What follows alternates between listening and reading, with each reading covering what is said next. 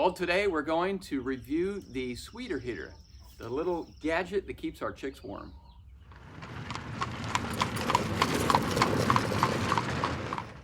Well, first off, let me say we have not received any promotion or contact from Sweeter Heater. We do this completely unsolicited and independent.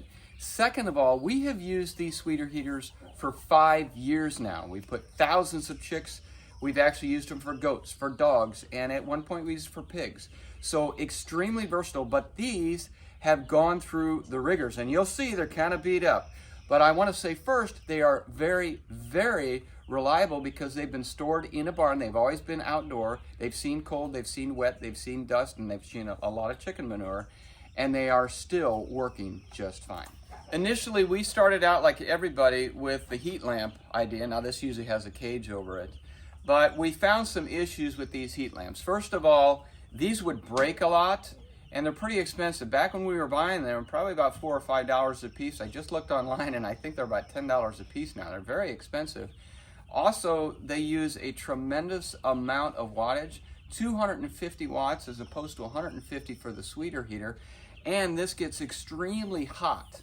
And we have had incidents where this has fallen down on things and actually burned and melted things, and they can start a fire. So going through about 10 or 15 of these per season meant that we were spending a lot of money on this, not to mention the electricity. Now we switched over these before we went off grid, but now that we're off grid, I'm super happy that we switched over because I save a tremendous amount of power off my battery bank using the Sweeter Heater vice this heat lamp. For a little while we used both of them because we didn't really trust the Sweeter Heater because it was new, but now we don't use the heat lamps at all. So let's go inside and take a look. First off, I want to point out some of the damage we have. This melt spot and this burn mark here are from those old heat lamps. When we had them in together, they got pushed around into the heat lamp and damaged it. So you can see how hot those bulbs are. But these, on the other hand, are not. I can actually put my hand on. Now, I can't put it there too long, but it's definitely not going to cause a fire if it falls down and touches that or if it touches here. Much, much cooler overall. These are the 11 by 40 models. They have different sizes. This is 11 by 40, and they advertise that they can hold about 80 to 85 chicks. Now, those are going to be pretty tiny chicks, I'm going to say that. I would say for our layers, they can hold about 70 to 75, and for the broilers that grow much, much quicker, I would say 50. I'm comfortable with 50 broilers under each one of these lamps. Two big differences between this and a standard heat lamp. First of all, there's absolutely no light emitted from the element.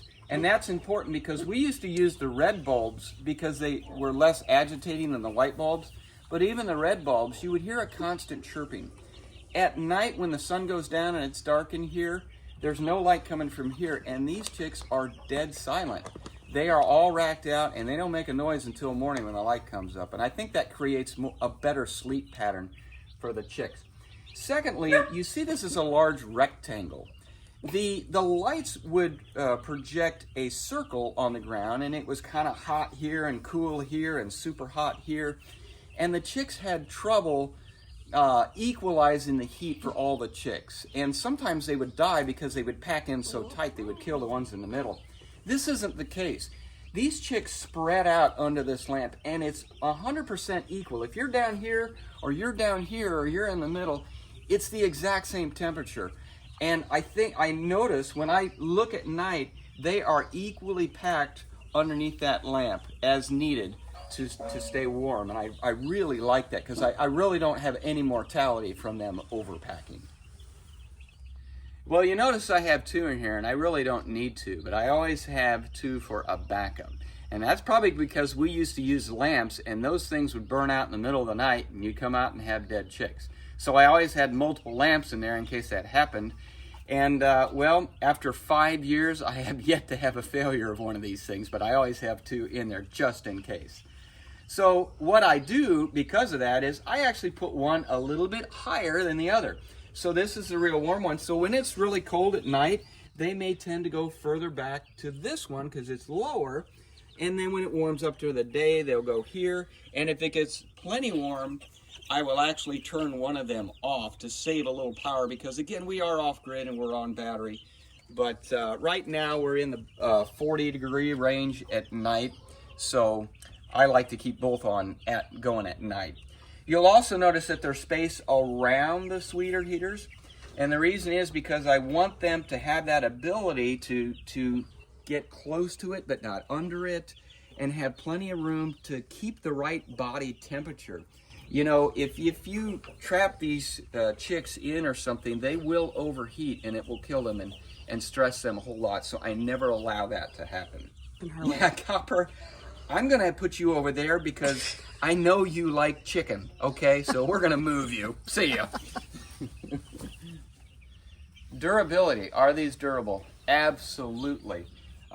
They are a hard plastic construction. One thing you'll notice is the discoloration there on the heating element. Again, this is 5 years old. The discoloration does nothing to the functionality of the lens, so don't worry about that at all.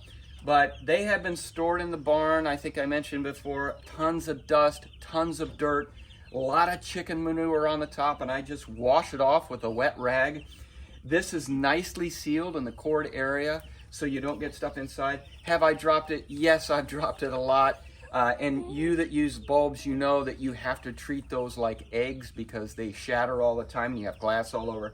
No, I've dropped these have fallen over. The kids have put stuff on top of them, and they're just super, super durable. I absolutely love that. Versatility. We have used these for a heck of a lot more than just chicks. You'll notice I actually went online and thought, you know, can I mount this vertically or horizontally? And you absolutely can. It doesn't matter what orientation this is in. And in fact, we mounted it like this for a dog that was delivering puppies, and the puppies could go ahead and curl up on the side there. We've actually used this as a stock tank heater, believe it or not. I had an insulated heater.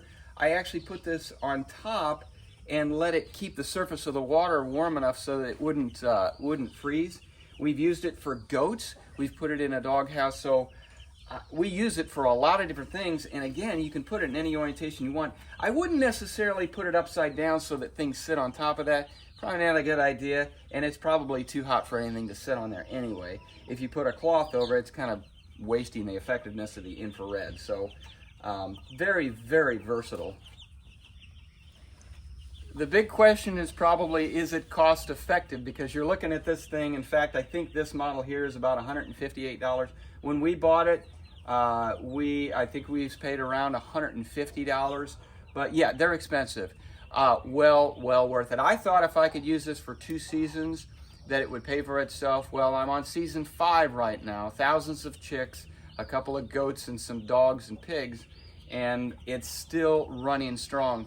The other thing for us is, and I'm just talking about the cost of the light bulbs versus this, not the electricity at all. Well, right now that we're off grid and we're off the battery bank, this pays huge dividends because I can't afford to be draining my batteries, and these use a heck of a lot less power than those heat lamps, and I can fit more chicks under there.